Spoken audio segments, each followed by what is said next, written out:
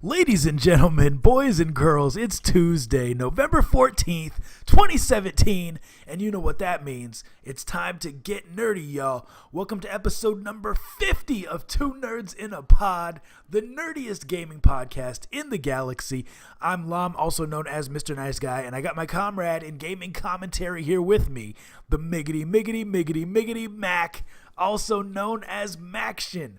Mac, despite the 15 minutes of technical difficulties that we experienced getting set up tonight, how are things, man? Things are going well. I'm crazy busy over here. A bunch of deadlines that I've been working and trying my best to get taken care of. But all things considered, things are going well. We're here, Mr. Nice Guy. We're even a couple minutes early than usual. You know, episode 50 is... Oh, I was just going to say, episode 50 is pretty significant because it means that we are 50% of the way to 100 episodes, man, which is fantastic. But personally, though, any interesting stories, anything fun happened this week that you want to share with the people, man? Oh, gosh. Let's see. Why don't you go first, and then I'll keep mulling on it, because nothing comes to mind, but I'm sure that something happened. This weekend, the last week's been so hectic, there has to have been something worthwhile. It's all a blur, dude. It's all a blur for me and for you. So nothing super exciting, but I did have a show yesterday in West Chicago, and it was really, really good. There was a heckler at the show. Yeah. Which is weird because it was like a 7 o'clock show. 7 p.m. is when the show started. So, usually, I don't drink, so I don't really know what people's mentality is. But it's like these people in the audience were just completely loaded. Just like straight up drunk, you know what I mean? At 7 o'clock in the evening. To me, that's still evening. And so... the show went well. I had fun, but it was like they were talking the whole time. And at one point during my set, one of the people in the audience just yelled out, "New Jersey!" Like just out of nowhere. So it was like they were heckling, but it wasn't even intelligent heckling. And it was more just like, I don't know. You know how sometimes people who have Tourette's will, I'm not trying to be rude, but how they'll just like scream stuff out. And they can't control it. That's what it was like, except these people did not have Tourette's. So it was an interesting show, to say the least. That's probably the only interesting thing that happened to me this week. But how about you, man? Anything else you wanna share with the people? Yes. One thing. I had something fantastic happen. I had the chance to go and visit my grandmother. She's not normally around these parts, but she wasn't too far away, along with my aunt and uncle. And so had a lovely dinner with them, spent some time. My grandma's 92 years old. Oh, wow. And so we just had a great time hanging out for a few hours, sharing a meal and catching up. It's always great to be able to spend some time with family that you haven't seen in a long time.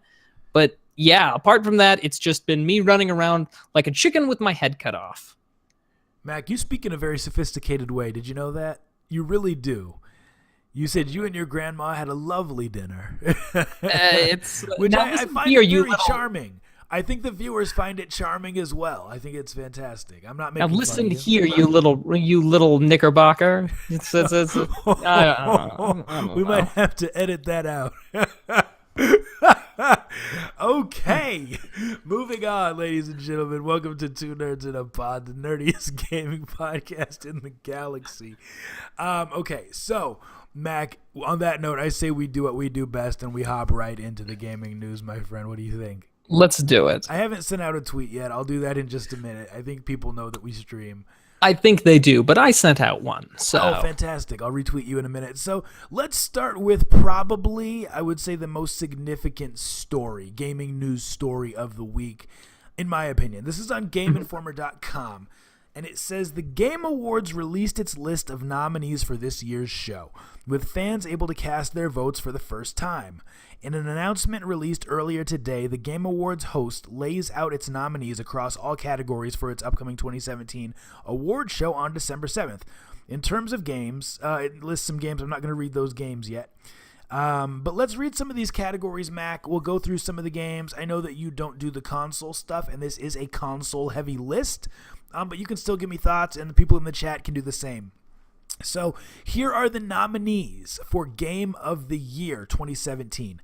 Legend of Zelda Breath of the Wild, Super Mario Odyssey, PlayerUnknown's Battlegrounds, also known as PUBG, Persona 5, and Horizon Zero Dawn. Now, I will say I'm surprised that Destiny 2 is not on the list. It's fantastic, and I feel like they really improved on Destiny 1. So, to me, that was surprising that that's not even on the list. Let's read some other stuff. I'm not going to go through like best audio and all that. But let's look at best mobile real quick, and we'll go through a few other categories because, Mac, I know you do some mobile stuff.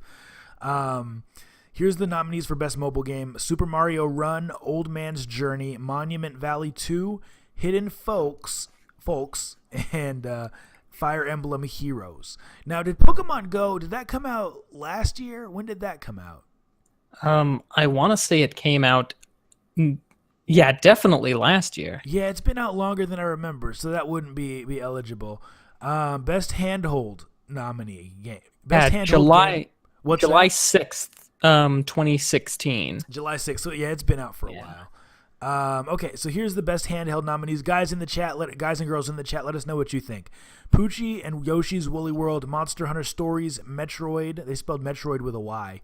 Metroid Samus Returns, Ever Oasis, and Fire Emblem Echoes. They got VR nominees. Best action game. They got Prey, Neo, Destiny 2, Cuphead, and Wolfenstein 2.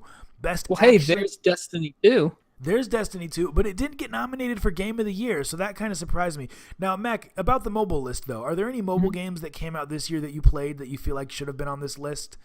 Not really. I haven't seen anything that I felt was, stand out in the mobile area. Pretty content with that list then. Okay, fair enough.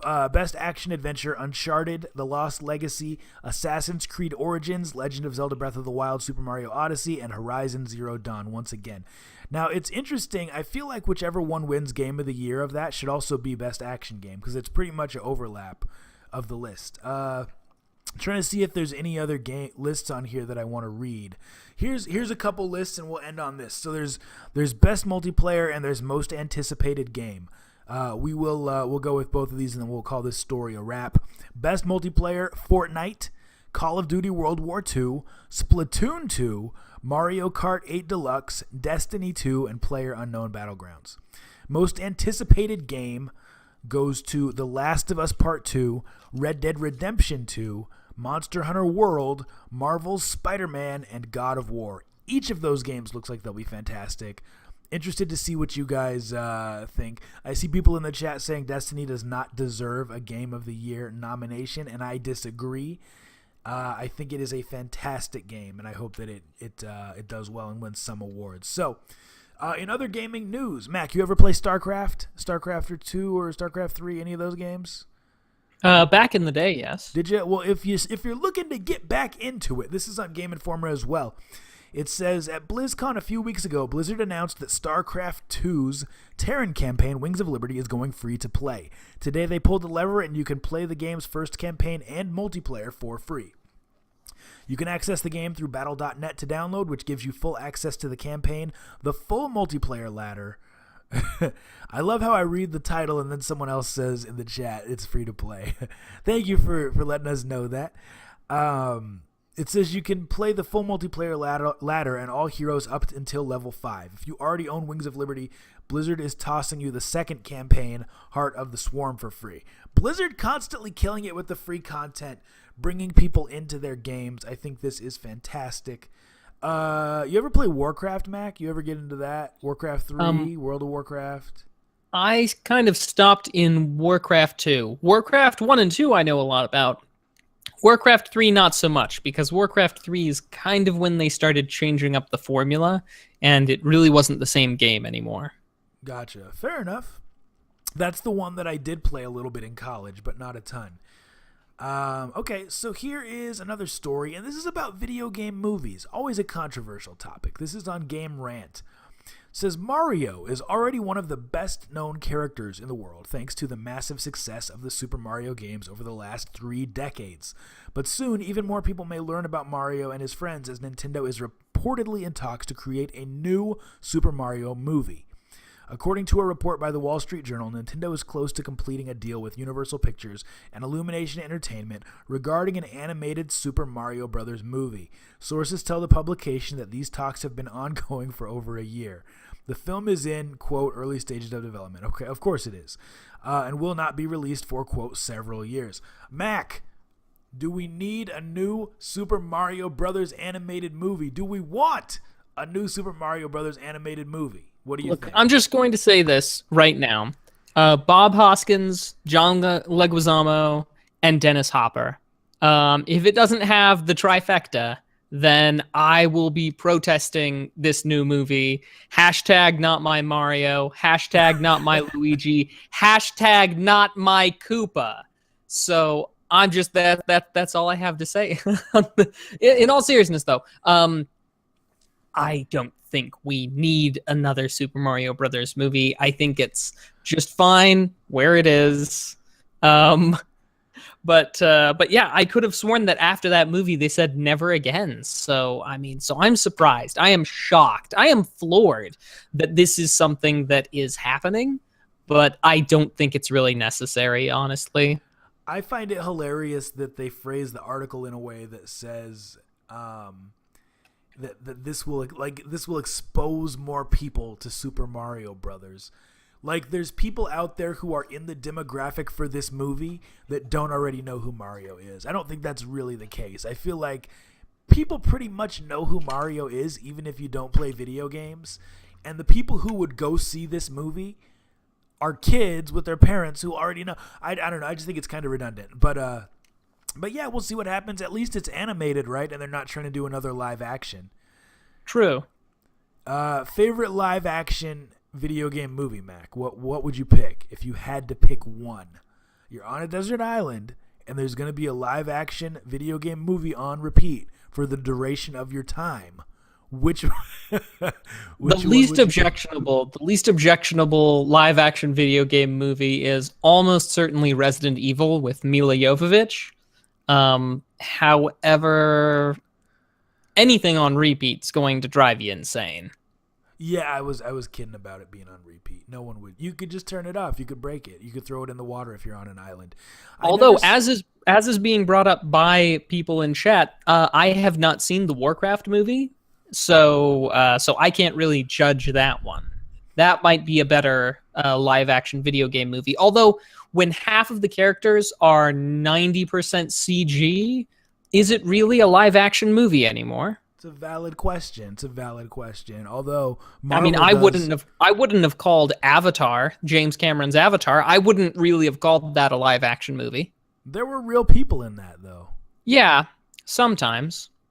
Yeah, I guess it's half and half. I've never seen Assassin's Creed, but I heard bad things. So the track record for video game movies is bad.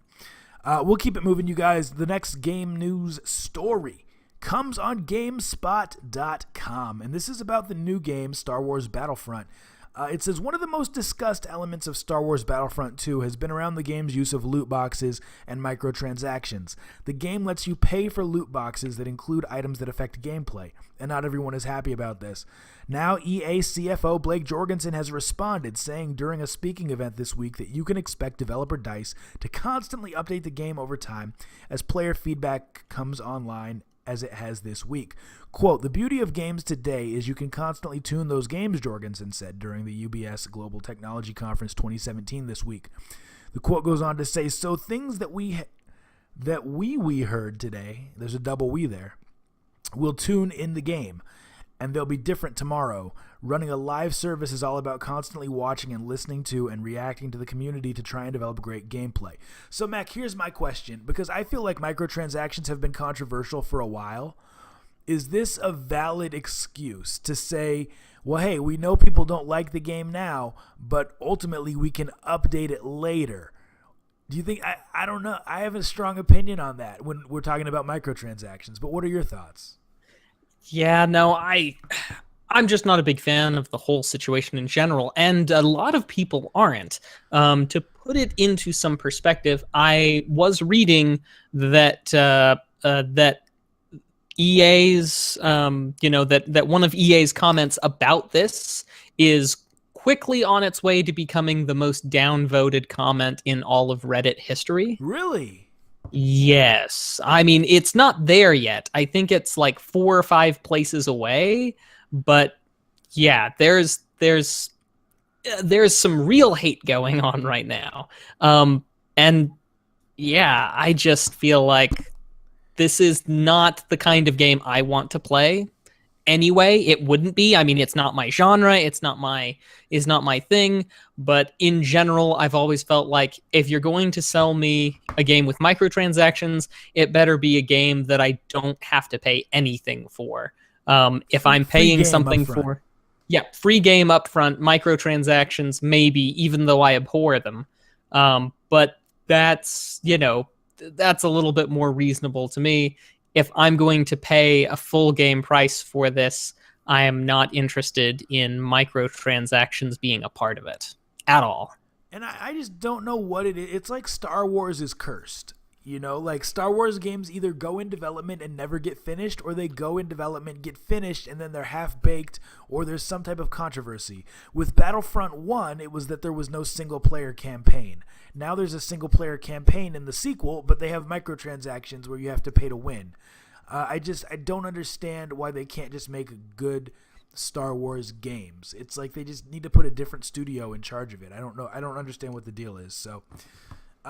Anyway, someone in the chat says, heartbreaking rumor of the week, Red Dead Redemption 2 will have microtransactions. I don't know if that's true, but I know that Rockstar charged microtransactions for GTA Online from what I've heard, so maybe they're going that route. We'll have to wait and see till the game comes out. A couple more news stories, and then we will keep it moving. I'll just read the title on this one. Overwatch may release Mora this week. New hero in Overwatch potentially coming. It's currently available in the PTR, which is the test region for those of you who are on PC. And then, we'll end on this one. This is about PlayerUnknown Battlegrounds, and it's about how they punish cheaters. It says, although PlayerUnknown Battleground, and this is on Game Rant, although PlayerUnknown Battleground developer Bluehole can't possibly be able to eliminate all of the cheaters in its game, the studio is taking a clever approach towards players they suspect are cheating. Just recently, players with a history of using cheat software have begun to note matches with other cheaters in them. So Mac, I'm not going to read this whole article, but just your general thoughts. Players who are cheating in-game are now being put into games with cheaters. It's a very strategic move in which the dishonest are being forced to play with the dishonest. What do you think? Is this effective, or should they just go back to banning people? No, I think I'm all for it. Yeah. I mean, when you get right down to it, yes, there is some amount of what is owed even to the cheater. And one thing that is kind of owed to the cheater is that they paid money for the game. Yes. And they have the license, they have the whatever to use it. So, but if you're not going to play nice, let's stick you in with other people who also won't play nice. Maybe that makes the game less fun for you, but that's kind of where we sit when you can't play by the rules. If only we could do that with all sorts of things. Give us an example.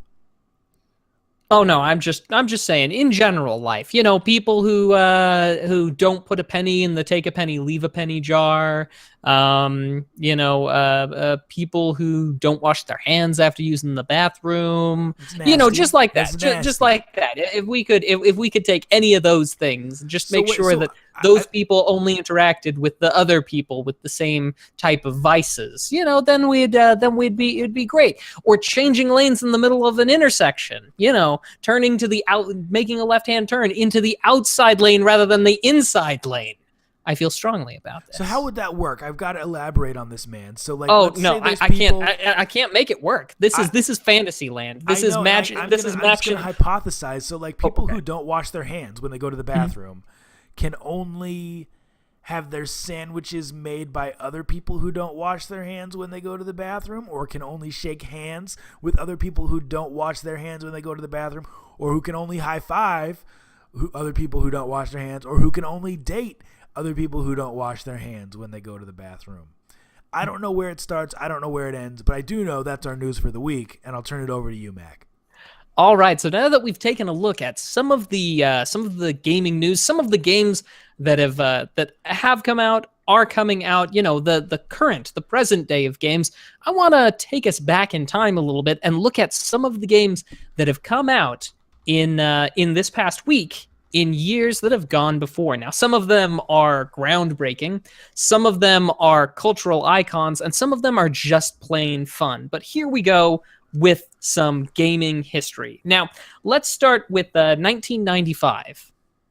The PS1 saw the release of Twisted Metal. Do you remember this game, Mr. Nice Guy? It's a classic game. Very iconic. Loved it.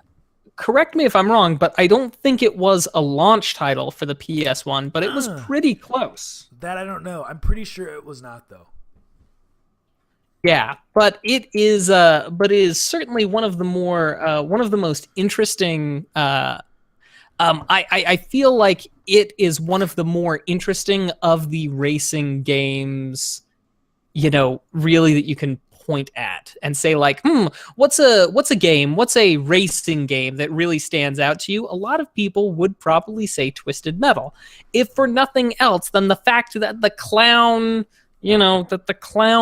ice cream truck shot these bombs. It was, I don't even remember the names, but I just have it stuck in my head of the clown ice cream truck in Twisted Metal. Yeah, I can't remember, but I know what you're talking about. Yeah, you know it. It's up there, and it's never going away. Never. So that's Twisted Metal for the PS1. But there is probably an even bigger title that's worth noting, and that is Halo 2.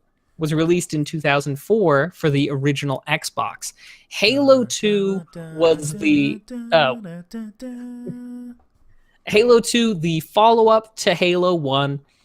It's always hard to follow up a game that has so much love, and as we know, the first Halo, which interestingly enough could have been an Apple game. Apple didn't really want to stick with it. This was right around the time that Steve Jobs came back to take over Apple. He said, no, none of this video game stuff, and kicked that off into Microsoft's open arms. And so Halo wound up being the launch title for the Xbox. So because it was the launch title for the Xbox, almost everybody played Halo. Almost everybody loved it. In many ways, while Half-Life did a lot to bring first-person shooters into a heavy narrative world building way, Halo, I feel like, is one of the games that now typifies the genre of first-person shooters in a way that nothing else really does. And maybe that's just because I seemed to know a lot more people who, were big on Xbox. But what do you think, Mr. Nice Guy? Halo franchise synonymous with first-person shooters, or a good stand-in for first-person shooter genre in general? I think it is, and I actually was thinking about this earlier today. I feel like now when people think first-person shooter, they think Call of Duty, unfortunately. But Halo, I don't know. I feel like Master Chief is probably, other than Mario, the most iconic video game character. So, I mean, Halo's influence, it's just undeniable. Fantastic franchise, even though it's changed hands and Bungie now no longer works on it. Great games, the Halo games. Yeah, and Halo 2, a worthy successor to Halo 1 in most ways. Improved some things, changed some things up, gave you a gun in each hand. Lots of things to be happy about with that sequel. As always, there are going to be some things that you don't care much for, but on the whole, a worthy successor, a worthy next step in the franchise. Next up, we have this one that maybe, if we don't think of Halo as being the typical, the pinnacle, the prototypical first-person shooter, maybe this one. How about Half-Life Counter-Strike? What did you just say? Half-Life Counter-Strike. I am not familiar. You're not familiar with Counter-Strike, Mr. Nice Guy? With Counter-Strike, but not with Half-Life Counter-Strike. Ah, well, Mr. Nice Guy, you see, Counter-Strike was a Half-Life mod. I feel like I should know this, and I'm embarrassed that I did not know this. No, not at all. Because, and the thing of it is it was all about packaging, right? So when Counter-Strike was ready to be released on its own, and it's something that takes a little bit to appreciate that maybe kind of gets lost in just not thinking about it because when you had a mod to a game, because we didn't have an easy way to pass along mods, like for example, right, I've got Half-Life 2, I want to play a mod or I want to play somebody's specialty map that they've made, I just download it on Steam, I just pick it up. But back in 2000, when these came out, when this mod was officially released, and I believe it was distributed by Sierra, if I'm not very much mistaken, which is odd to think of, but it was actually distributed as a standalone product. Interesting. Even though it was a mod to Half-Life, used many of the same assets, added some more of its own, but it was absolutely just a changed, modified version of Half-Life. But because there was no real digital distribution, the Counter-Strike part, big, bold, with a mod for Half-Life, very, very small. So Counter-Strike doesn't even seem, for most of us, because we don't remember downloading the Half-Life game and then grabbing the mod and downloading the mod for it, it doesn't have that same connection in our minds, but it absolutely, Counter-Strike absolutely was a mod for Half-Life. So yeah, but nonetheless, what do you think? Counter-Strike, prototypical first-person shooter? We've just got a lot of first-person shooters this time around. Huge, and I would go so far as to say like prototypical esports title, because it's one of the main shooters that's an esports title, and furthermore, it's one of the ones that does not have an annual release. So it just goes to show how much longevity is in that game. With Call of Duty, they're getting a new one every year. Obviously, that keeps it fresh. Counter-Strike is not getting a new game every year. It's been the same people playing for over a decade, getting really good at that game. So I think that says something about the quality of the game and its influence in gaming. And it's strange to think that all these great things came out just this past week. And I suppose, strictly speaking, there is one other, but I never had it, and I don't know of anybody who did. It was the e-reader attachment for the Nintendo Game Boy. Or I should say Game Boy Advance. Today. I don't even know what that is. Right. So it was basically like, those card readers, like those square card readers that people can plug into their smartphones, run your, credit card and such. Yeah. It's basically that sort of a thing that you plugged into your Game Boy Advance, and they had these little cards with those strips on them that you ran through it, and they would upload.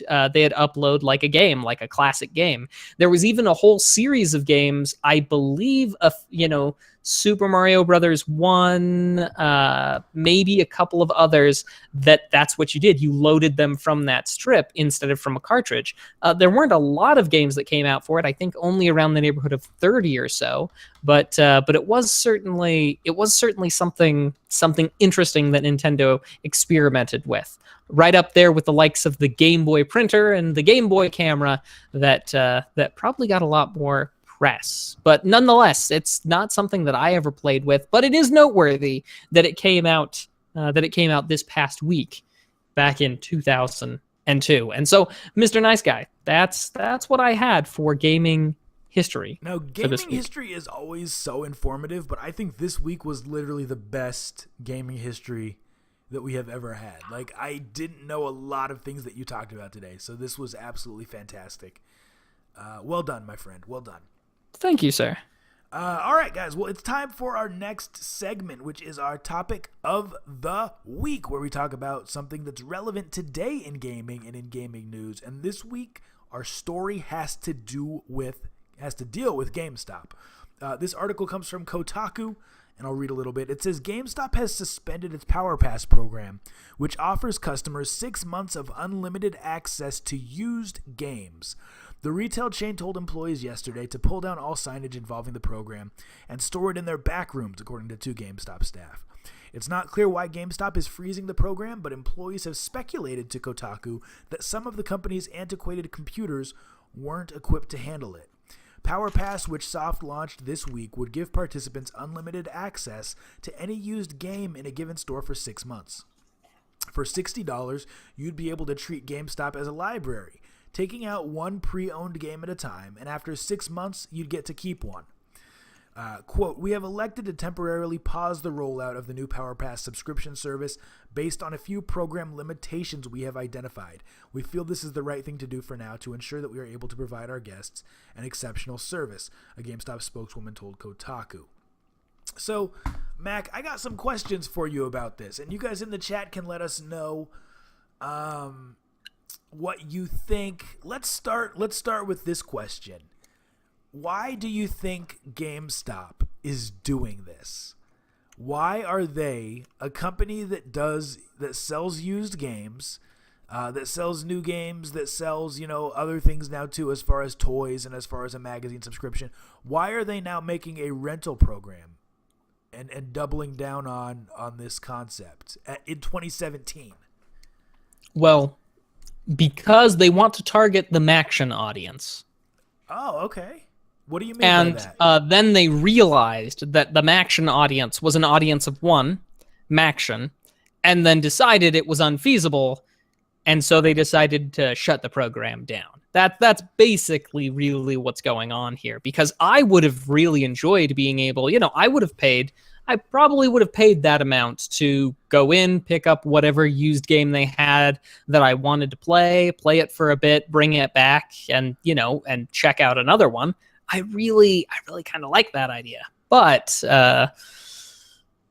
yeah, I think they're probably shuttering it because there's likely not sufficient interest to make it go that much, and maybe they're concerned as well that that they're going to have some used games that are more popular than others. But while these are being checked out, not only can they not be sold to the people who want to buy them, buy the used games, that is, but also there's going to be a larger incidence of people scratching the discs of the games coming back, not being usable, and therefore not being rentable in this program, as well as being sellable normally. But I think overall it's probably a lack of interest in the program in general. Maybe it didn't test well in the places that they tried it out.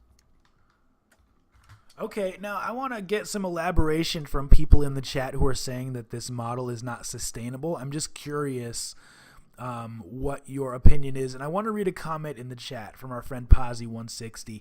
He says they have to do anything to maintain relevancy in an oversaturated people are talking and scrolling, in an oversaturated market where their original core business of selling games nor the new business of Funkos and magazines are really keeping them afloat. So I think that that's part of it. And I'm kind of cynical about GameStop in general. I think that part of the reason they're doing this is because people used them as a rental service even before this. So GameStop has a rule where you can buy a used game, and if you quote-unquote don't like it, you can return it within 7 days. And I know for a fact from knowing people who worked at GameStop that people would buy games over a weekend, beat the game real quick, if it's a 10 or 15-hour single-player campaign, and then they would just return it. So they were effectively renting the games. Now, I agree with Maction's comment that there's a lot of moving parts. The premise of me going in and renting a used game and then bringing it back and it potentially being scratched, or even worse, me renting a game that is already scratched and then being accused of scratching it, there's just too much that could go wrong. There's going to be people who rent a game, and I don't see the worst in people, but I mean, there will be people who rent games and replace their personal copy with the game that they rented because it's in better condition. There will be all kinds of things happening that just shouldn't be happening. And so I don't know if GameStop maybe didn't think all these variables through before they launched the program, and now they did. But I don't know. On the other hand, Mac, I think it's a fantastic idea, like you. You get the chance to rent a game that you don't want to buy. And here's the kicker, boys and girls. At the end of 6 months, you get to keep a game. So to me, that's worth $60. Does anyone in the chat disagree? Well, I do think that most of the used games in question are likely going to be games that don't cost, I mean, when you're talking about doing something like this, you kind of want to feel that on the end of it, that you are coming out of it ahead. You know what I mean? That you're getting a good deal. And I don't know if, well, I mean, depending upon which game you end up with, maybe it was a sweet deal. Maybe you do end up with a game that's still like 40 or whatever dollars at GameStop, like Skyward Sword or something for the Wii, which is, I want to say, is significantly more expensive than most of the other used Wii games. But just stuff like that. But that's a really valid point, too, because you think about games that have just come out, especially in November every year when we get, a new Call of Duty, potentially a new Battlefield, and several other titles. This year we got Destiny, sometimes Titanfall, and things like that. Those games used at GameStop, they're usually going for about, I believe, $50. So, I mean, if you can rent games for 6 months and then say, you know what game I want to take home as my used game? I want to take home this one that's $50 used, that's a new release. The reality is that if I went out and bought Call of Duty today, the new Call of Duty used, I'm getting a very new disc because the game has only been out for a couple weeks, right? So I feel like people can play the system is the point I'm getting at. They can rent games for 6 months and then get a new released game in used format and totally come out ahead. Does that make sense? You get a $50 used game. You've effectively rented games for 6 months for $10. Boom, you come out ahead. So I don't know. Maybe they didn't foresee this. Now I want to read Galvatron's comment. He says, GameStop is scared to death of an all-digital console future, which is creeping ever closer. They need to expand into other market like Philip Morris did when smoking rates went down. Well, interesting theory. Mac, do you have any other comments on this before we keep it moving, man? No, not really. Sounds good. Well, that has been our topic of the week. Thank you for your opinions. Mac, I'll turn it back over to you, man. All right, so now comes the part of the show where we ask for a little bit of audience participation. For those of you who are here for the live recording of this, we encourage you to just type your opinions into the chat. For those of you who are listening to us on your drive, your commute, feel free to just yell it out when I ask for your input. We will be tallying your votes from afar. It's time to talk about whether we should kickstart a crowdfunding project or whether we should kick it to the curb.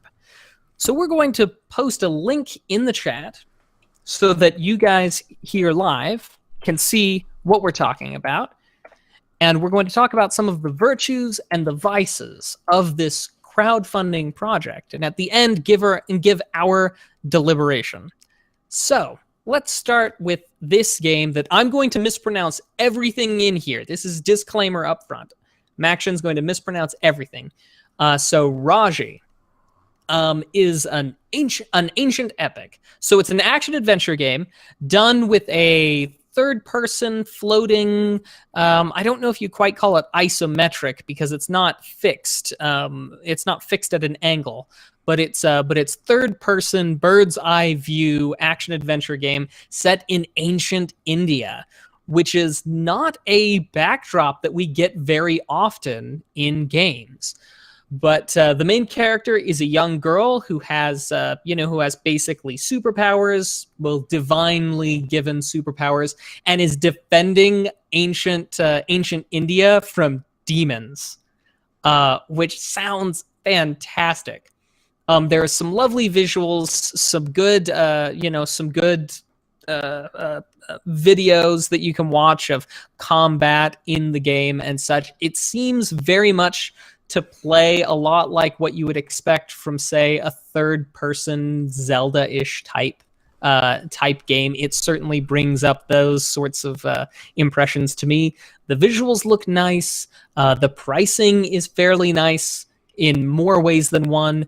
If you want to have a digital copy, a PC digital copy, you're looking at about a $20 buy-in for it. If you want to pick your own copy for like which platform, then you're looking at a $37 buy-in, but that they're planning on PlayStation, Xbox, and Switch, and of course the $31 if you want to get in. Oh no, sorry. The same $37 if you want to get in on beta access, if that's something that appeals to you guys like it does to me. Also, there is I think, a pretty reasonable asking price. They're hoping to raise $157,000 in order to make this game, and they're expecting delivery to be summer of 2019. 2 years out seems fairly reasonable. It's probably going to be delayed till, probably winter 2019, but I don't want to poke too many. I don't want to poke at their expected date too much, but it does look positively lovely. Mr. Nice Guy, tell me, what do you think? Poke some holes. No. Of all the games that you've shown, and I'm not saying that you ever pick bad games unless you're trying to, but a lot of times you pick stuff, and I think we sometimes make jokes on purpose. We do. Sometimes I'll absolutely trot something out just so that we can say this is how not to do a Kickstarter. Yeah, exactly. And this one, this looks really, really solid. So like, I think $31 is too much. I feel like this is a $15 to $20 game. But I mean this. Well, if you're okay with it on PC, $21 for a Steam copy. I want this for my Switch. And because I want to play this on the go, and it looks fantastic. It looks like an updated version of Bastion. Like, if any of you have ever played Bastion, it looks like Bastion on steroids. What'd you say, Mac? Yes, Bastion, absolutely. I think the thing that really, really gets me though is that all of the the demons, they're of course rooted in Indian folklore, but they're very, very different. Very different than like a Western tradition type demon, and I really like that. Yeah, this looks, man, I might actually give some money to these people. This looks really, really good. Just looking at the videos and the effort that they have put into this, they've already been working on it. Looks like they've already gotten quotes from people in the industry. There's one here at the bottom that says, looks fantastic, and the collective community really loved the game's concept. That's from a guy named Phil Elliott, director of indie publishing with Square Enix West. There's other quotes that I won't go through and read, but I mean, these people have put in the groundwork. They've shown that this looks like a legitimate project. And, Mac, it sucks that it's 2 years out, but at the same time, that's better than it being 6 months out. Because we know what happens sometimes when these types of games are estimated to be 6 months away. They get delayed, and they then they don't end up coming out. So these people are down to earth as far as their ability to assess how long it will take. I think this looks great. That's all I have to say. Well, you know me, Mr. Nice Guy. I have one big requirement. What is one big one? It has to have a playable demo. You can talk all you want. You can show renders. There has to be a playable demo before I'm going to wager my money on this still, which of course all Kickstarter projects are, all crowdfunded projects are inherently uncertain. So I've got to have a playable demo, and it absolutely does have a playable demo. And it mentions that like 2 things down. Right? You look under the campaign, you see the video, you scroll down, right in the first couple of paragraphs, playable demo available on Steam, which is absolutely what I want to see from all video game Kickstarters. Make sure I know that I can see a sample of this work and see how it comes together, and that your team has the expertise needed to make something happen. So I'm very much on the Kickstart side for this one. Yeah, and we're at this point. Are we taking votes yet? Oh yeah, it's time. Throw it in there. So Max says Kickstart. Mine is this should absolutely be Kickstarted. This is awesome. This is awesome. This is an example of some people who have a lot of talent in making games who really just need the cash to make it happen. This isn't a matter of someone who wants to get their name out there by raising some cash and then making an okay game. This is some people who are professionals and who have done the groundwork and who have industry connections trying to make an indie game, and this is the type of stuff that should be supported. So I think this should absolutely 100% be kickstarted, and I hope they make it. Did you play the playable demo, Mac? I gotta know. Did you already try it? I did. And? It's good. Yeah? Mm-hmm. How long is the demo? It's not too terribly long, but long enough for me to get a good taste of it. I actually, instead of grabbing it on Steam, they've also got it. You can get it on, what's it called? It's like itch.io. Itch.io? Yeah, however you're supposed to say it. But yeah, it's which I assume is the same as the Steam version. But yeah, the playable demo, it's all right. Fantastic. Well, I mean, I don't see anyone really saying anything bad. Actually, there's one person who said they wouldn't support it, but they also said they won't support anything. So yeah. I get it. But Mac, what do the results look like? Well, it looks like, for the most part, everybody thinks that they're pretty enthused by it. A couple of people say that they just don't do Kickstarters in general, which is fine.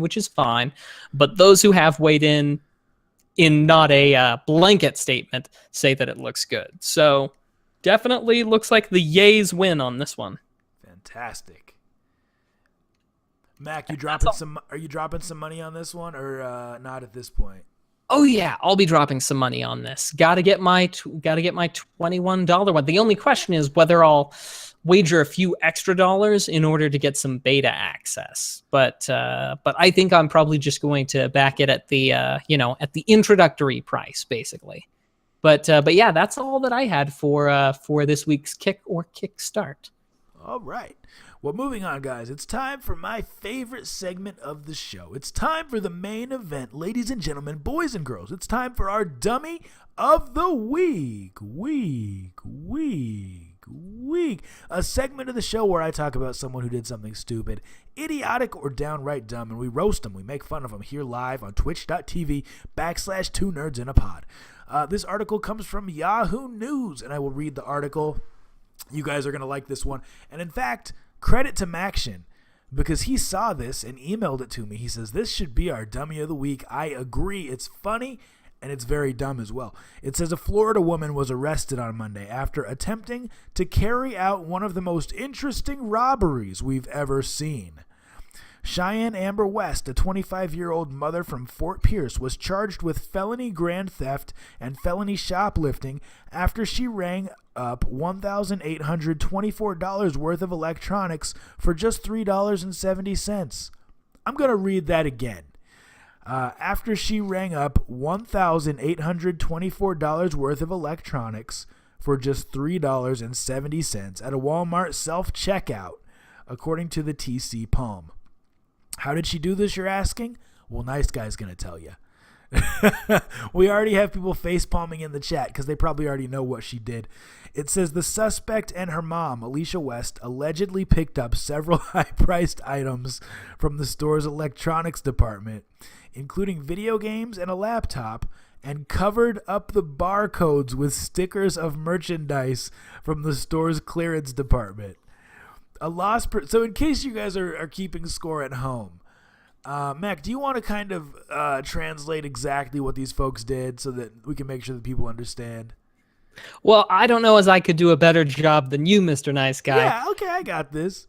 So basically, they said, you know what? I want this laptop that costs $1,500, but I don't want to pay $1,500 for it.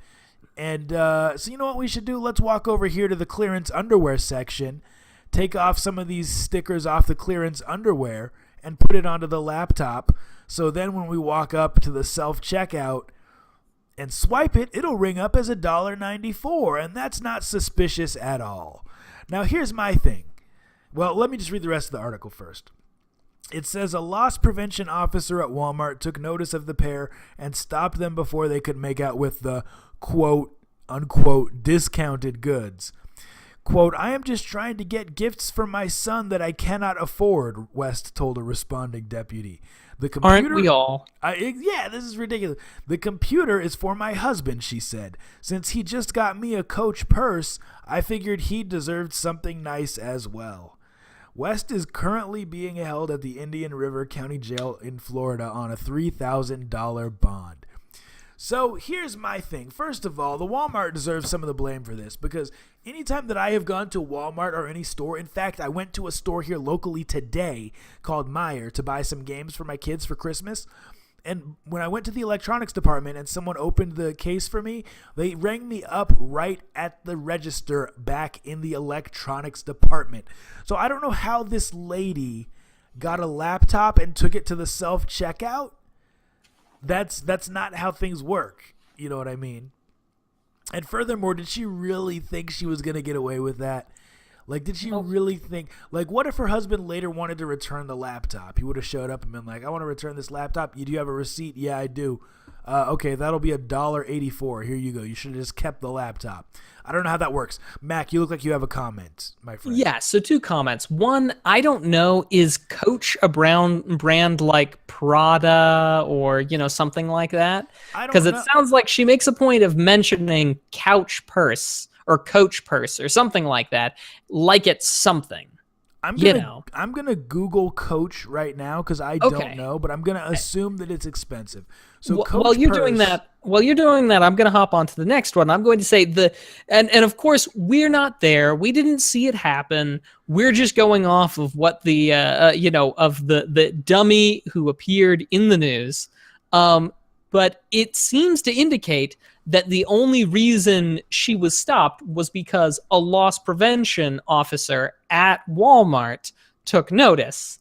I don't know how it's set up in Florida, but in the western United States, the self-checkout's pretty close to the door. So, I kind of feel like this is a situation where I almost got him. Couch leatherware is very expensive, apparently. Yeah, is that what you I Googled it. These are like $300 to $500 purses. So yeah, they're pricey. Okay, yeah, pricey. More than anyone should ever be paying for a purse. $300 for a leather jacket. Yeah, I can see that. But purse, ugh. But it's funny you mentioned that she was right by the door. Did you ever watch that show back in the day? Chris Anderson, NBC, How to Catch a Predator? No.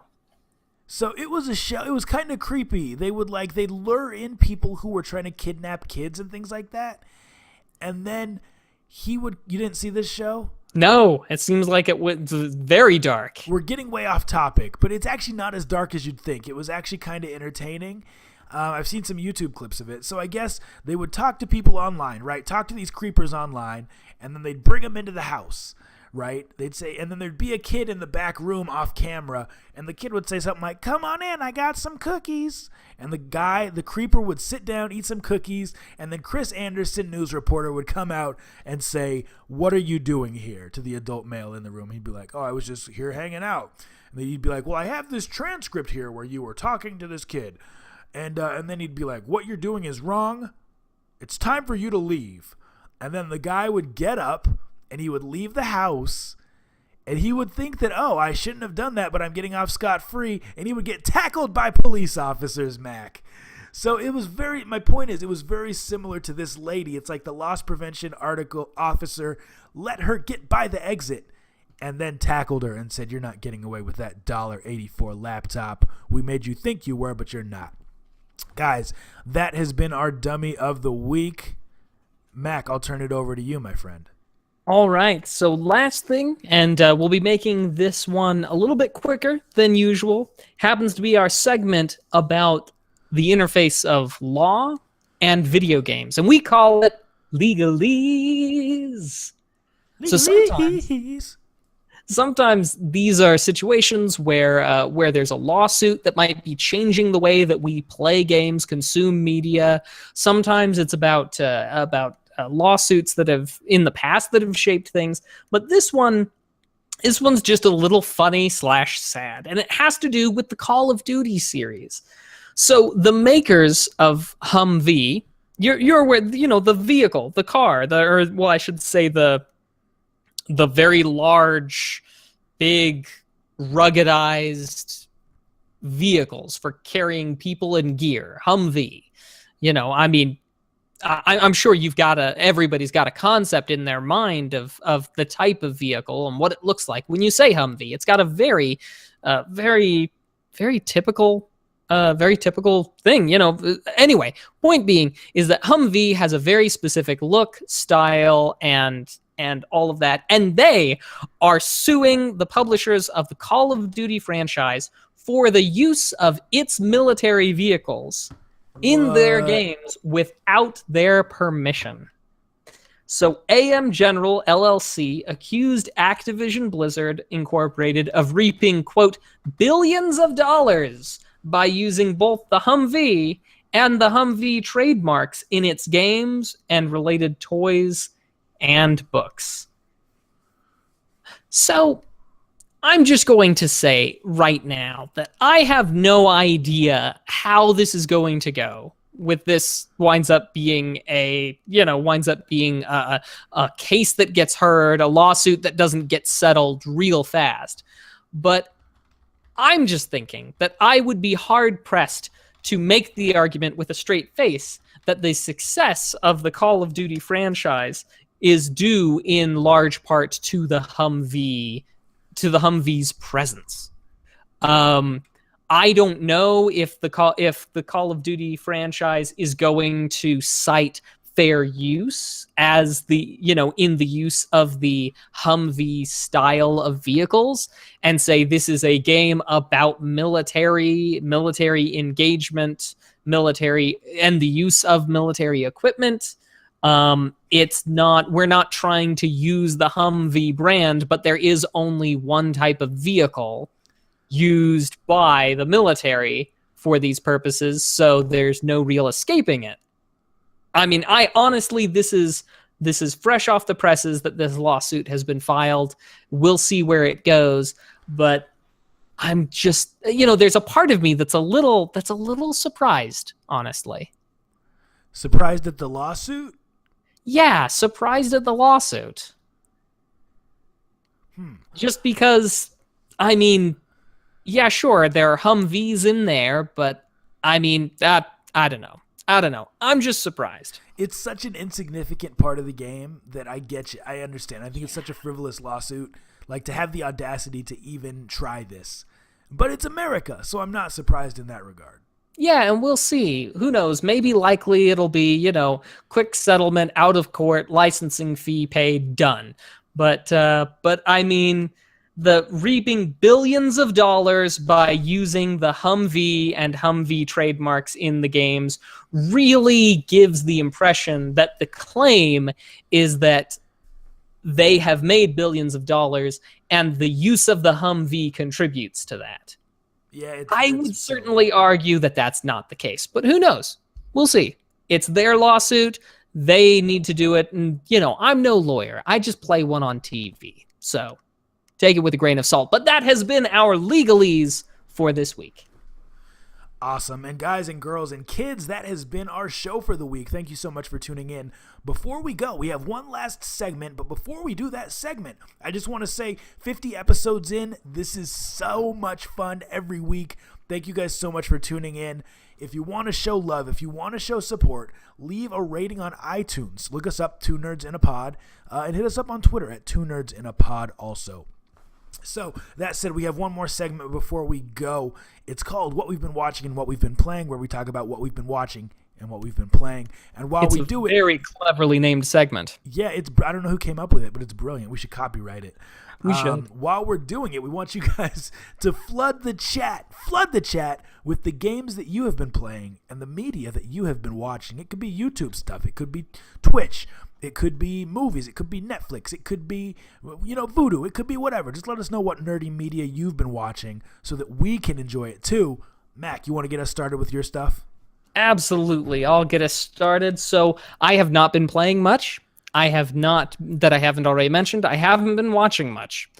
Maybe an episode of Madden Secretary. Nice. There we go. It's just been nothing but deadlines, Mr. Nice Guy, this whole last week. So that's what I've been watching and playing. Mr. Nice Guy, over to you. Awesome. Now, here's one thing I got a question for you, because I know you're a huge fan like me of the Marvel stuff. And there's a lot of Marvel stuff that's already out. There's a lot of Marvel stuff that's coming out. Are you excited for The Punisher? Because you know that has the character. Did you know The Punisher's coming out, I believe, this week? Mm-hmm. It has the character, John Bernthal's character from Daredevil in his own franchise, in his own series. You excited for that, Mac? Not especially.